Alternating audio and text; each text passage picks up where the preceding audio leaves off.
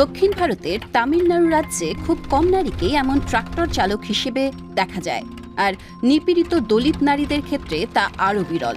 এখানে জমির মালিকানাবিহীন দলিত নারীরা নিজেদের জীবন বদলাতে একজোট হয়ে সমাজের বিরুদ্ধে লড়ছেন। উচ্চ জাতের লোকেরা মাঠে কাজ করত। আমরা তখন ভাবলাম এই পতিত জমি আমাদেরই, তাই আমরা চাষ শুরু করলাম। এজন্য তারা নিজেরা একটি সংগঠন গড়ে তোলেন এবং চাষের উদ্যোগ নেন।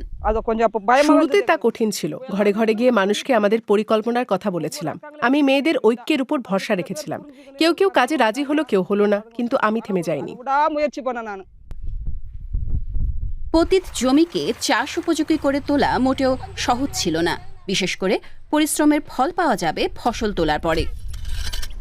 দিনমজুর হিসেবে কাজ করা নারীদের জন্য এমন ঝুঁকি নেওয়া কঠিন ছিল। আমাদের মধ্যে মোট ৮০ জন আছেন। আমরা তাদের ১০ জনের দলে ভাগ করি।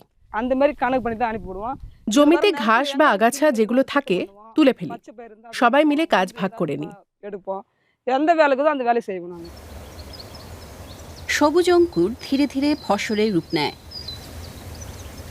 কিন্তু এই নারীরা চান তাদের আন্দোলন আরো বিস্তার লাভ করুক। নির্যাতনকারীদের জমিতে শ্রমিকেরা সামান্য মজুরিতে আম পাড়ত, সঙ্গে অপমান আর নির্যাতনও তাদের সইতে হতো। এমনকি আম ছিঁড়লে বাচ্চারাও মার খেত।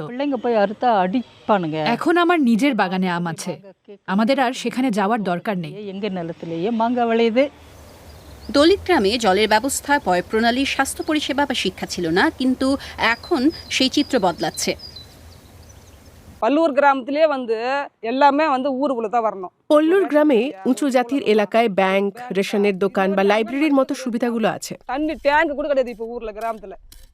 দলিত পাড়ায় কিছুই নেই। মন্দির নেই, শিশুদের দেখাশোনার জায়গা নেই, জলের ট্যাঙ্কও নেই। সবাই সমান হলে আমাদেরও তো একই সুবিধা পাওয়া উচিত। জাতিগত বৈষম্য আর দাসত্ব শেষ হয়নি, তা লুকিয়ে আছে। নারীরা পরিবেশ বান্ধব গ্রাম গড়ে তোলার মাধ্যমে নিজস্ব অর্থনৈতিক ব্যবস্থা গড়ে তুলছেন। নিপীড়ক সমাজের সঙ্গে মানিয়ে নেওয়া তাদের একমাত্র লক্ষ্য নয়, বরং যে ব্যবস্থা পরিকল্পিতভাবে তাদেরকে সম্পদের অধিকার থেকে বঞ্চিত করে, সেই সমাজ কাঠামো তারা পুরোপুরি সরিয়ে ফেলতে চান। জাতিভেদ নির্মূল করাই আমাদের লক্ষ্য, কিন্তু এজন্য অর্থনৈতিক স্বাধীনতা আর সম্পত্তি দরকার। এটা তাদের মর্যাদা ও সম্মান দেবে। তারা গৃহহিংসার শিকার হবে না। তাদের সামাজিক, অর্থনৈতিক ও রাজনৈতিক উন্নতি ঘটাতে হবে। নিজেদের আর তামিলনাড়ুর অন্যান্য গ্রামের উন্নত ভবিষ্যতের লক্ষ্যে এই নারীরা পদক্ষেপ নিচ্ছেন।